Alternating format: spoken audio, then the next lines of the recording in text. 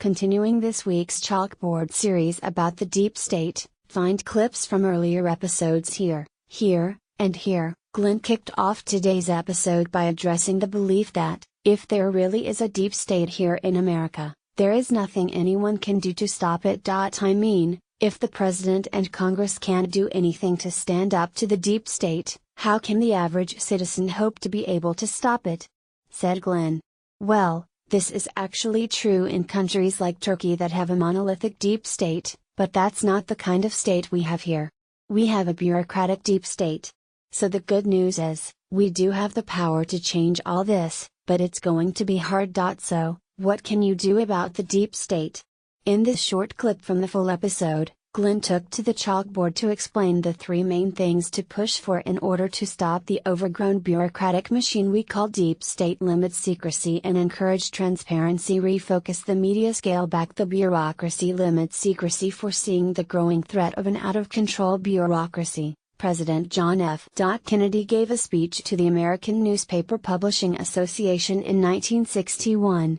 He made two important points. The first warned against the dangers of secrecy within the government. We decided long ago that the dangers of excessive and unwarranted concealment of pertinent facts far outweighed the dangers which are cited to justify it. John F. Kennedy.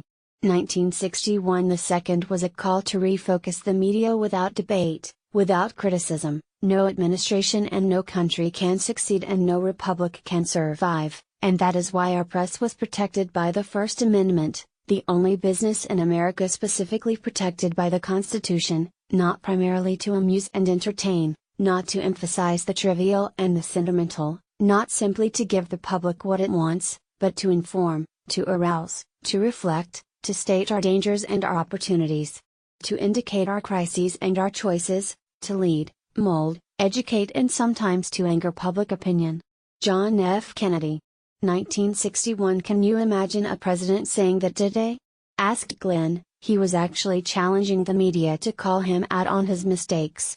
Wow, that is the job of the media, right? But the media doesn't seem to have been doing their job in recent years, at least not according to public opinion. According to a recent Gallup poll, only 32% of today's Americans say they trust the media. This is an all-time low in Gallup polling history. Without a media, how do we get answers?